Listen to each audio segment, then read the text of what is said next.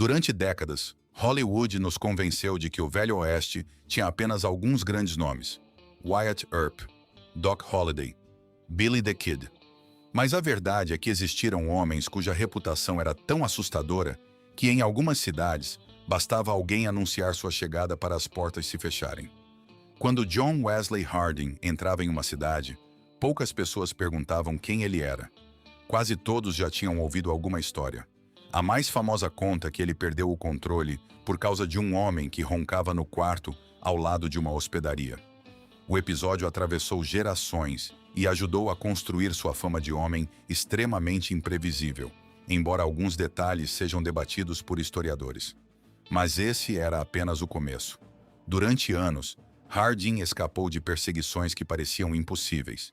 Em uma delas, conseguiu fugir de agentes da lei saltando de um trem em movimento. Enquanto seus perseguidores ainda tentavam entender o que havia acontecido, ele já havia desaparecido pelo interior do Texas. Sua velocidade com o revólver virou assunto entre rangers, xerifes e até outros pistoleiros. Poucos queriam colocar essa fama à prova. O curioso é que depois de tantos confrontos, Harding estudou direito, enquanto cumpria a pena, e voltou à sociedade como advogado. Parecia o início de uma nova vida, mas o Velho Oeste dificilmente deixava alguém escapar do próprio passado. Anos depois, sua história terminou dentro de um salão, de forma rápida e inesperada. Nem mesmo um dos homens mais rápidos do Oeste conseguiu prever aquele último instante. Mas se Harding era conhecido pela velocidade, o próximo homem desta lista era lembrado justamente porque ninguém conseguia prever o que faria. Clay Allison nunca precisou levantar a voz. Sua reputação fazia isso por ele. Existem relatos de que, ao entrar em alguns salões, conversas simplesmente paravam.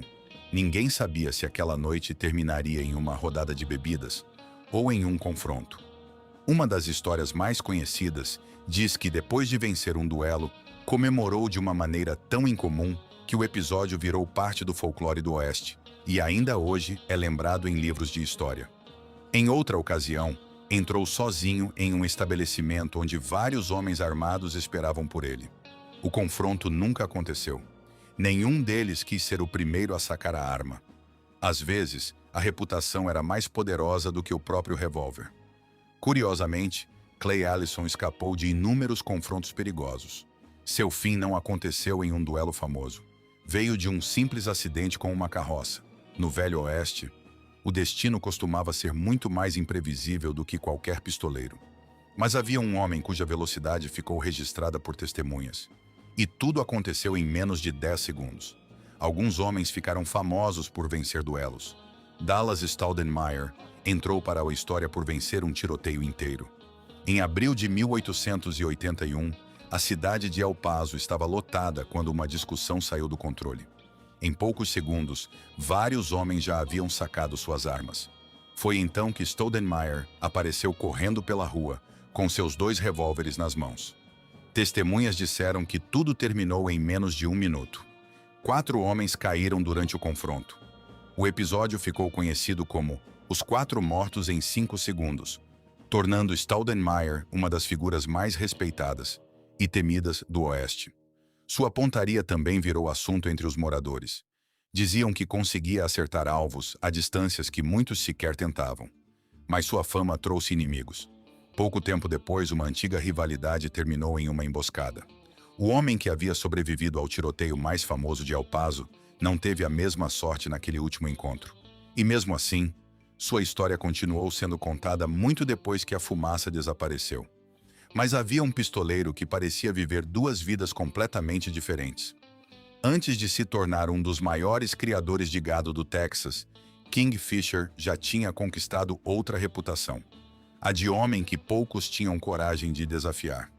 Relatos da época dizem que costumava andar sempre bem vestido, com revólveres de cabo de marfim presos ao cinturão. Sua aparência elegante contrastava com a fama que carregava. Com o tempo, abandonou a vida de fora da lei e passou a investir na pecuária. Muitos acreditaram que aquele passado havia ficado para trás, mas o Oeste raramente esquecia.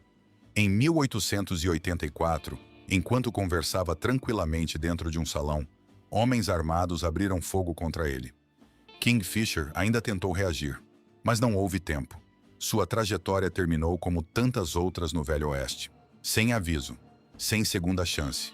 E enquanto alguns ficaram conhecidos pela elegância, o próximo homem inspirava medo apenas por seguir rastros. Se alguém desaparecia nas montanhas, Tom Horn era chamado.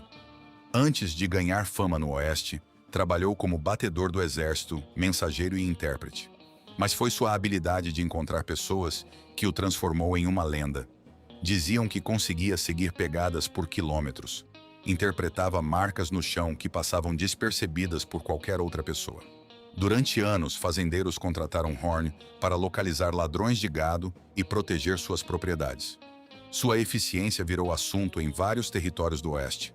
Mas sua história mudou completamente quando foi acusado de participar da morte de um jovem fazendeiro. O julgamento dividiu opiniões. Até hoje, muitos pesquisadores discutem se ele realmente era culpado.